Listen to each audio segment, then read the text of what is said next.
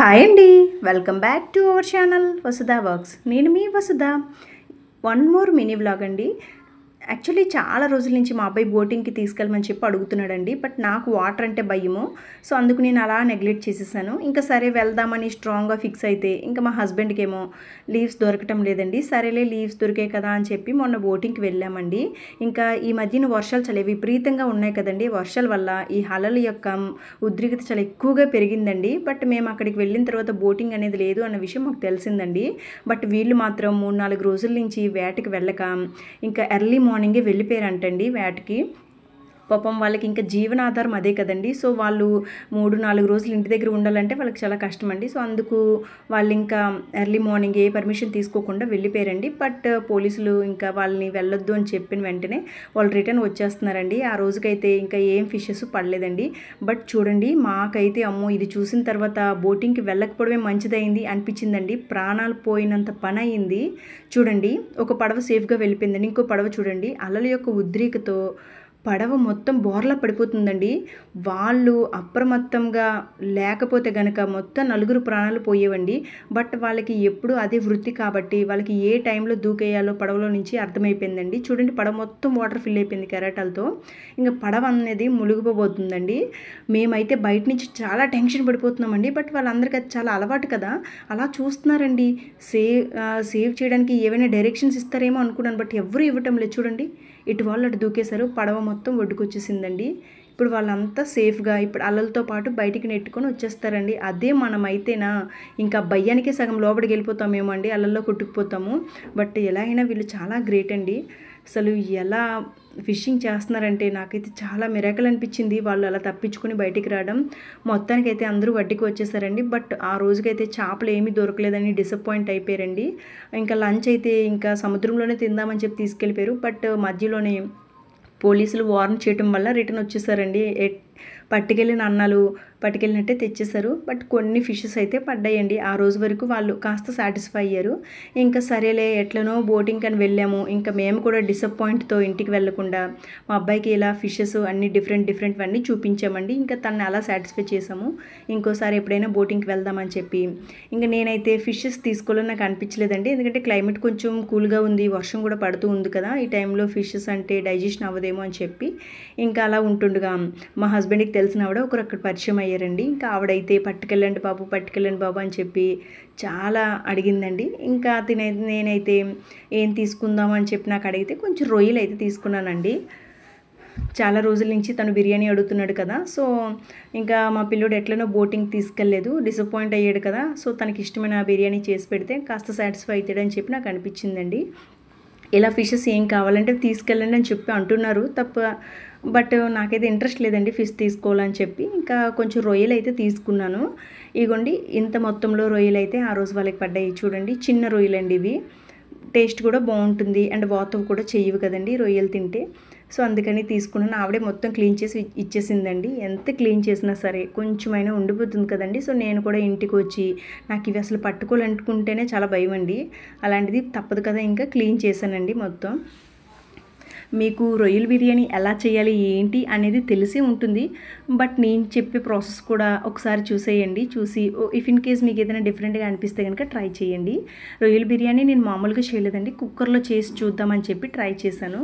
మెత్తగా అయిపోతుందేమో అనుకుంటారండి. నేను కూడా కుక్కర్లో కుక్ చేస్తే చాలా మెత్తగా అయిపోతుంది పేస్ట్ లెక్క అనుకున్నాను. బట్ కుక్కర్లో కూడా విడిగా రైస్ వస్తుందండి, చాలా బాగుంటుంది అండ్ ఈజీ ప్రాసెస్లో అయిపోతుంది. బ్యాచిలర్స్కి ఈజీగా అయిపోతుందండి. వాళ్ళ దగ్గర ఎక్కువ పాత్రలు అవే ఉండవు కదా అండ్ బిర్యానీ అంటేనే నా దృష్టిలో కూడా చాలా పెద్ద ప్రాసెస్ అండి. సో ఇలా సింపుల్గా ప్రాసెస్ చేశాను, చాలా మంచిగా అనిపించింది. ఇంకోసారి చేయాలంటే ఇంట్రెస్ట్ వచ్చిందండి నాకు.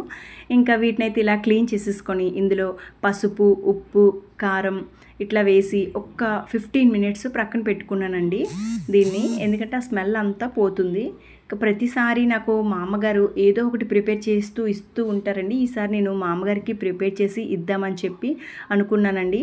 బట్ ఆవిడైతే నాన్ వెజ్ అనేది చాలా డేస్ నుంచి ముట్టుకోవడం మానేసిందంటండి. మార్నింగ్ ఏదో ధ్యానం ఏదో చేస్తారంట. సో దానివల్ల కంప్లీట్గా తినడం మానేశారంట.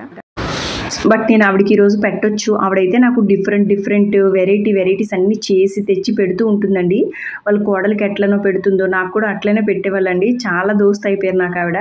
ఇంకా సో నేను కూడా ఇలా ఇద్దామని చాలా హ్యాపీగా ఫీల్ అయ్యానండి. బట్ ఆవిడ తిన్ను అనేసరికి చాలా డిసప్పాయింట్ అయిపోయినా. ఈ మామగారు ఎవరు ఏంటి అనేది మీకు క్వశ్చన్ మార్క్ వస్తే కనుక నా షార్ట్ వీడియోస్ చూస్తే మీకు అర్థమైపోతుందండి. డిఫరెంట్ పాతకాల పద్ధతిలో ఐటమ్స్ అన్నీ పెట్టి చేసి నాకు చూపించారండి. సో మీకోసం నేను కూడా అప్లోడ్ చేశాను.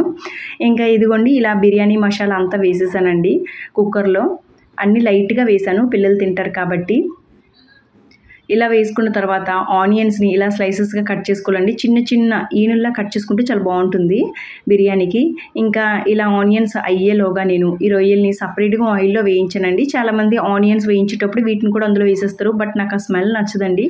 సో అందుకు నేను ఇలా వాటర్ అంతా ఇక్కడనే డ్రై చేసేసుకున్నానండి. ఇలా వేయించుకున్నాను రొయ్యలు ఇంకో సైడ్ని. మీరు కూడా ఇట్లనే రొయ్యల్ని వేయించుతారా, లేదు అని అంటే అట్లా ఆనియన్లో పెట్టేస్తారా, నాకైతే కామెంట్ చేయండి. బట్ నేనైతే ఈ ప్రాసెస్ చేశాను. ఇఫ్ ఇన్ కేస్ ఈ ప్రాసెస్ ఏదైనా డిఫరెంట్గా అనిపిస్తే కనుక ఎలా చేయాలో కూడా నాకు కామెంట్ చేయండి. ఈసారి ఖచ్చితంగా మీరు చెప్పినట్లు చేసుకుంటాను. అండ్ నాకైతే ఒక్క ప్రాసెస్ తెలుసండి రొయ్యల బిర్యానీ మాత్రం. ఆ తర్వాత టమాటాని ప్యూరీ వేసుకున్నానండి, పీసెస్ అయితే వేయలేదు. ఆనియన్ వేగిన తర్వాత టమాటాను కూడా అట్లనే వేయించుకున్నానండి. ఇంకొక 2 పచ్చిమిరపకాయలు కూడా వేసుకున్నాను ఈ టైంలో. ఇప్పుడు నేను ఈ ప్రాసెస్ అంతా అయితే బాస్మతి రైస్ యూజ్ చేస్తానండి. నార్మల్ రైస్ కూడా యూజ్ చేయొచ్చు.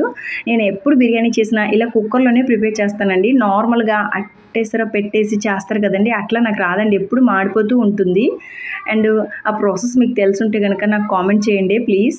నేను ఏదో ఒకసారి ట్రై చేస్తాను. అండ్ ఇదిగోండి ఇట్లా అన్నీ వేయించుకున్న తర్వాత పసుపు, కారం, మసాలా అన్నీ తగినంత వేసుకున్నానండి. తర్వాత 1 కప్పు పెరుగుని మిక్సీ పట్టుకొని క్రీమీలా చేసి ఇందులో వేసుకున్నానండి. పెరుగు వల్ల క్రీమీ కన్సిస్టెన్సీ ఫామ్ అవుతుందండి. తర్వాత టేస్ట్కి తగ్గ సాల్ట్ యాడ్ చేసుకోవాలండి. యాడ్ చేసుకొని నేను ముందుగా నానబెట్టుకున్నానండి బాస్మతి రైస్ని ఒక 15 మినిట్స్ అయితే నానబెట్టాను నేను. సో ఆ నానబెట్టిన రైస్ని వాటర్ మొత్తం అంతా స్క్వీజ్ చేసేసి రైస్ కూడా వేయించుకుంటున్నానండి. రైస్ వేయించడం వల్ల టేస్ట్ చాలా బాగుంటుందంట. అండ్ ఇంకొక విషయం ఏంటంటే రైస్ ఒకదానికి ఒకటి అంటుకోకుండా ముద్దలా అవ్వకుండా వస్తుందంటండి. ఇది నాకు మామగారు చెప్పారు ఈ టిప్ అయితే కనుక. సో నేను అది ఫాలో అయ్యాను. నెక్స్ట్ వేయించుకున్న రొయ్యలను కూడా అందులో వేసేసానండి. రొయ్యలు వేసుకున్న తర్వాత ఎక్కువ టైం అవసరం లేదు, ఎందుకంటే మనం ఆల్రెడీ ముందుగా వేయించుకున్నాం కాబట్టి ఆయిల్లో. ఒకసారి అన్నీ బాగా మిక్స్ చేసుకొని ఇందులోకి 2 కప్పులు బాస్మతి రైస్ తీసుకున్నాను కాబట్టి దానికి 3 కప్పులు వాటర్ వేయాలండి. ఎక్కువ వాటర్ వేసామంటే ముద్ద అయిపోతుంది. 3 అంటే 3 కప్పులండి. 1 కప్పుకి 1.5.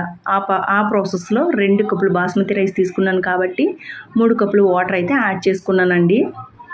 ఇప్పుడు కొంచెం సాల్ట్ చెక్ చేసుకున్నాను. కావాల్సినంత సాల్ట్ యాడ్ చేసుకొని మీ దగ్గర కొత్తిమీర, పుదీనా ఉంటే ఈ టైంలో వేసుకొచ్చింది. బట్ నేను అవి ఏవి వేయటం లేదు, జస్ట్ నార్మల్గానే ఉన్న వాటితోటి చేసేస్తున్నానండి. ఇప్పుడు మూత పెట్టుకోవాలండి. మూత పెట్టుకొని ఒక విజిల్ అండి. అసలు విజిల్ కూడా ఎక్కువ అవ్వద్దు. 1 విజిల్ ఉడికిపోతుందా అని మీకు డౌట్ రావచ్చు. బ్రహ్మాండంగా ఉడుకుతుంది, చాలా టేస్టీగా ఉంటుంది. చూడండి ఎంత అసలు ఒక్కదానికి ఒక రైస్ అంటుకోవటం లేదండి. అచ్చం రెస్టారెంట్లో బిర్యానీ ఎట్లా ఉంటుందో అలాగే అనిపిస్తుందండి. దీంతో ప్రక్కన గ్రేవీ ఏం అవసరం లేదండి, డైరెక్ట్ ఇట్లనే తినేయొచ్చు. చాలా నచ్చిందండి మా ఇంట్లో వాళ్ళకైతే. నాకు కూడా చాలా బాగా అనిపించింది. ఇంకెప్పుడైనా రొయ్యలు తెచ్చానంటే ఇట్లనే ప్రిపేర్ చేద్దామని చెప్పి ఫిక్స్ అయిపోయానండి. ప్రాసెస్ కూడా వితిన్ 10 మినిట్స్లో అయిపోయిందండి. ఎక్కువ ప్రాసెస్ కూడా నాకు తీసుకోలేదు. సో మీరు కూడా నేను చెప్పిన ప్రాసెస్లో ఒకసారి బిర్యానీ ట్రై చేయండి. ఈ ప్రాసెస్ తెలుసుంటే కనుక కామెంట్ చేయండి. ఇలా కాకుండా ఇంకేదైనా ప్రాసెస్ మీకు తెలుసుంటే కూడా కామెంట్ చేయండి, నేను ట్రై చేస్తాను. అండ్ బిర్యానీ చాలా బాగుంది. సో మా అబ్బాయి కూడా చాలా ఇష్టంగా తిన్నాడండి. సో తనకి ఈరోజు బోటింగ్ లేదన్న సాటిస్ఫాక్షన్ బిర్యానీతో అయితే కవర్ చేసేసాను. ఇదేనండి నా ప్రాసెస్లో బిర్యానీ. నచ్చితే లైక్ చేయండి. మీకు నచ్చిందనే అనుకుంటున్నాను. ఇంకొక రెసిపీతో మళ్ళీ కలుద్దాం. Thanks for watching.